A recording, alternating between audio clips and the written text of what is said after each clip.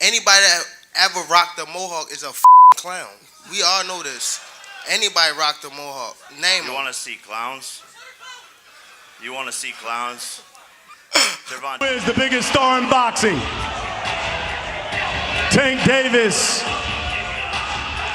And joining Nakisa Badarian is Miami. Gervonta "Tank" Davis and Jake Paul's Miami press conference erupted into pure madness, explosive trash talk, a shocking $2 million mega bet, and an intense near brawl that forced security into overdrive, creating viral headlines and record-breaking hype across sports media. Oh, he's towering. Oh, nah. Who is the biggest star in boxing? Oh, shit. Tank Davis. This face-off wasn't staged hype. It was raw, chaotic, and unforgettable. Smash that like button and subscribe because what's coming next is pure drama. But here's the real question as we dive into this viral storm. Was this just another Jake Paul masterclass in trolling for views? Or did Gervonta "Tank" Davis truly lose his composure under the global spotlight? I f with you heavy, Gervonta, but I want to side bet you. I got Jake winning. We already side betted though. We already did. What was the bet? 200. Let's go 250. Let's go 500. No, hell no. See, Jake, that's what, Jake. Come on, Wow. Andy, you have to take it, bro. Jake. The Miami press conference built weeks of anticipation, and when both fighters finally took the stage, the energy was explosive. Cameras flashing, media outlets swarming, fans roaring, transforming the event into a viral, pay-per-view level spectacle. Let's make it two. $1 million total. Yeah. Shake on it. Jake, $1 million. 2 mil? 2 mil. 2 mil. Let's do 2 it. mil. Right here, 2 mil. Go ahead. 2 mil. Jake. Easy work, bro. 2 mil? Get a shake. Oh, they're shaking, lefty. 2 mil. There we go. Oh my God, oh my $2 God. million. Jake Paul thrives on viral moments, never letting the spotlight fade. Without missing a beat, he raised the stakes, dropping a jaw-dropping $2 million wager on the fight. Tank Davis, oozing confidence, smirked and replied, "Easy work, bro." The crowd erupted as both fighters shook hands, sealing the high-stakes bet. Suddenly, their blockbuster showdown transformed from a lucrative spectacle into a historic clash of money, legacy, and pure entertainment. Are you 100%, betting? yeah. 100%. 100%. Facts. Correct. Yes. Correct. Correct. I'm your daddy. Jake, ever the savvy businessman, leaned in with confidence. "We'll draft the contract tonight. This fight's real." The arena exploded. Social media instantly caught fire. And within seconds, the wager became the headline, fueling hype for a blockbuster showdown. But the energy shifted when Nakisa Badarian, co-founder of Jake Paul's most valuable promotions, declared a 195-pound weight limit. That's when Tank Davis erupted, storming forward, gripping the mic, and with raw frustration snapped. "It was 190. Y'all said 190. Suddenly, the tension skyrocketed. Maximum weight of 195 pounds for this exhibition. The fight will be contested over 10 3-minute rounds. I said it was 190. The fight is 195 pounds, Tank, as you know. Over 10 3-minute rounds, and when Tank and Jake enter the squared circle to go to battle, they will be wearing 12-ounce gloves. For context, Gervonta Davis is accustomed to competing in lighter divisions, while Jake Paul stands tall at 6'1", holding a clear physical edge. That additional 5 pounds might appear insignificant, but at the elite level of professional boxing, every single pound shifts power, speed, and stamina. To Davis, it felt like a calculated setup. The audience could sense the tension, leaning forward as if blood was already in the water. Suddenly, this wasn't just boxing talk. It was a real grudge match unfolding live, intensified when Davis was pressed about his anticipated fight night weight. The ring, how much you think you'll weigh? When I walk in the ring, Yeah. With or without the ankle monitor on? I probably, that's corny. That's super corny. I don't know how much I'll weigh. And the probably- handcuffs too. Huh? Before Gervonta Davis could even respond, Jake Paul seized the spotlight with a trademark cheap shot that blended controversy and entertainment perfectly. With a sly grin, he referenced Davis's legal troubles, tossing in jabs about ankle monitors and handcuffs. Instantly, the arena exploded. Gasps, uneasy laughter, and loud boos filled the air. Jake had done what he does best: spark drama and boost hype. Davis, refusing to be rattled, shot back with a sharp, dismissive "that's corny." Yet beneath his composed exterior, the sting of Paul's calculated insult clearly registered. What are you talking about, fam? How do you win this fight? That outfit trash. For real. That outfit is garbage. And that hairstyle. Anybody that ever rocked a mohawk is a clown. We all know this. Anybody rocked a mohawk. Name You them. want to see clowns? You want to see clowns? Gervonta, you're the clown, buddy.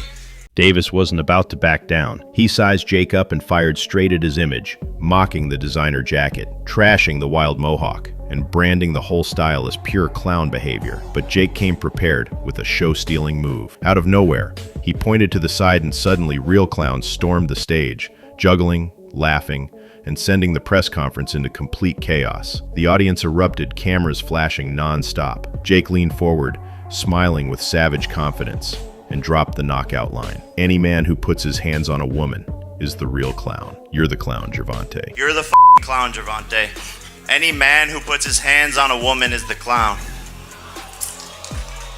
The arena went silent. Gasps cut through the tension as cameras flashed and reporters scrambled for every detail. What started as entertainment quickly turned into controversy, striking deep at Davis's turbulent past. His frustration was clear, the atmosphere shifting from hype to raw drama. The press conference was no longer just promotion. It became a viral spectacle, a battle of reputations. And just when fans thought the tension had peaked, Davis seized the microphone, ready to unleash a fiery response to Jake's ruthless clown jab. Now, since we on this, if I put my hands on females or anything like that, right? If I put my hands on talk about females or fucking anything clown. like that, you know how many female, like, come on.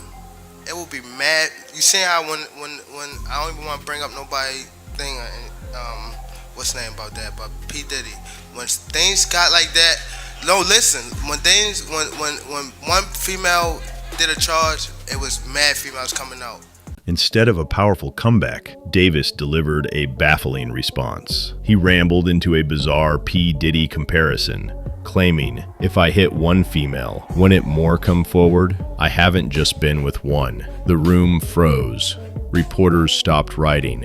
Jake looked stunned, and silence swallowed the press conference. In boxing, silence can be more explosive than words, and this stumble instantly hijacked headlines. Sports outlets raced to frame the narrative. Fans replayed the viral clip, and suddenly the buzz wasn't about the fight, it was about Davis's words. His past domestic violence charges made the remark even more damaging, reigniting controversy Jake had forced into the spotlight. Right?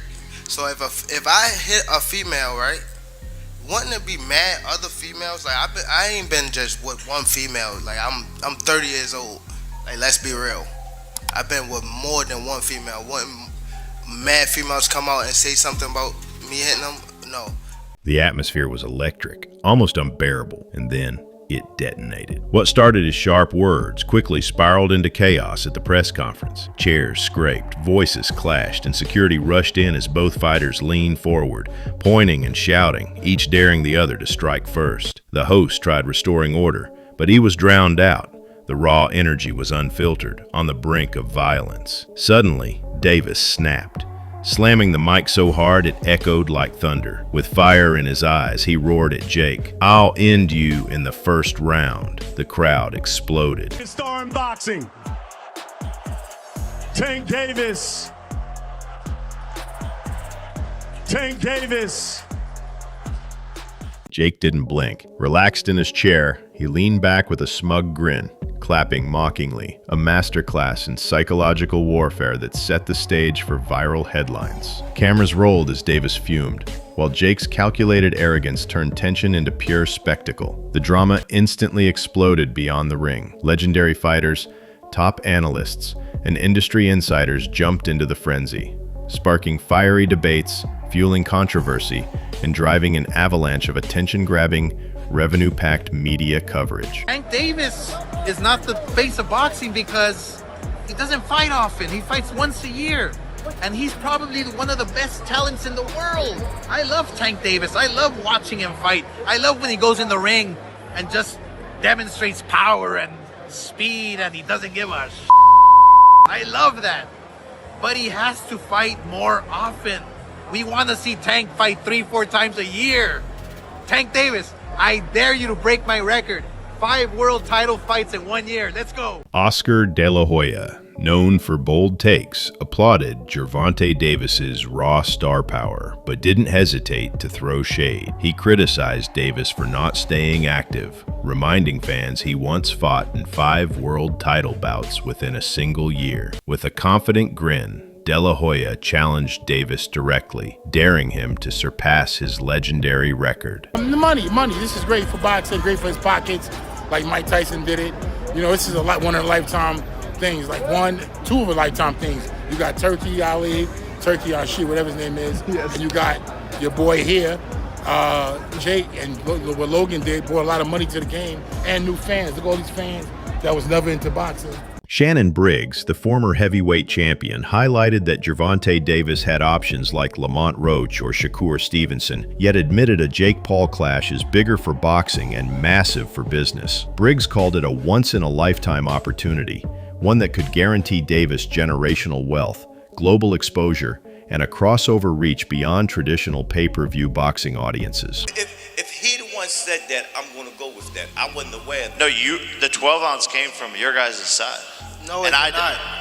On God, perfect. Then what do you want? 10? No, I didn't say that. So 10 ounces. It don't matter to me. Perfect. Matter. It doesn't matter to him. So back to what I always wanted, which was 10 ounces. Great. Well, you just made something clear to me. You just made something clear to me because I didn't know, because you fight at 10s, he fight in 8s. Yeah, your guys' side. So I'm like 12 ounces. He's show the emails and the screenshots. Gervonta Davis's trainer, Calvin Ford, erupted in a heated clash with Jake Paul over glove size. The fiery debate over 8 ounces versus 10 ounces gloves turned explosive, with tension skyrocketing to the point where it seemed like Ford and Jake might abandon words and ignite their own pay-per-view worthy showdown. There's a lot of difference, but I mean, obviously, if we're going to give it to skill-wise, we're going to give it to Gervonta, you know? Like, there's no ifs, ands, questions, or any of that stuff. But like I said, size can play a big factor. Like I said, what are you going to do if he just grabs you? Rolly Romero, who shares history with Gervonta Davis, offered sharp insight from the sidelines. He acknowledged Tank's elite skill set, but warned that Jake Paul's sheer size creates a dangerous mismatch. Tank's natural weight sits at 130 to 135 pounds, while Jake hovers around 195. Romero emphasized that gap could redefine risk versus reward in boxing. Jake Paul, Tank Davis fight got moved to Miami. I think Jake wins. Jake's just so big, dude. I think Jake wins. This is different because it's similar. It's similar to Logan versus Mayweather, but Jake Paul now obviously is way more advanced than where Logan was at that moment in time. Gervonta is fucking sick. Yeah, no, but dude, Jake. You ever watch his highlights? Jake can crack, man. He's so sick. I love that guy, bro. Each exchange added fuel to the fire, transforming the face-off into more than just 2 fighters. It became a cultural event. The press conference ended, but the energy only migrated online.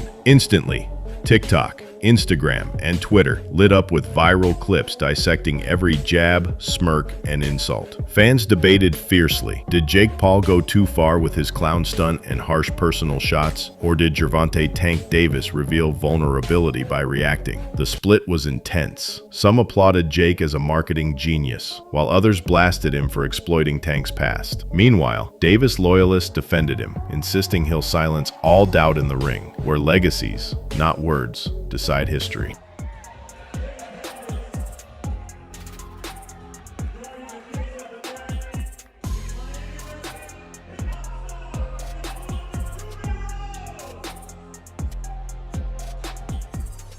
Inside the ring, Jake Paul wasted no time calling it the biggest fight of the year, boasting that even the press conference had gone viral. Gervonta Davis fired back, vowing to end things quickly. I'm finishing this early. What began as a launch event has exploded into a cultural phenomenon, dominating social media and cementing this showdown as must-watch entertainment. Now, it's no longer just about boxing skill. It's about ego, legacy, and global bragging rights on the sport's biggest stage. When the first bell rings, does Jake's trolling strategy still work, or will Davis prove that knockout power beats hype? Drop your thoughts below, because one career-defining legacy is about to crumble. I'm gonna beat your ass and I'm gonna beat Jaden Love ass. On my mama, I'm gonna beat both of y'all ass. On my mama.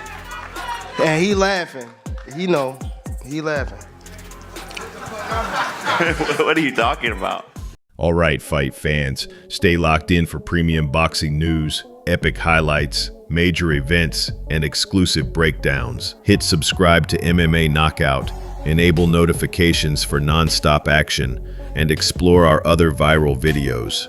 Until next round, peace out.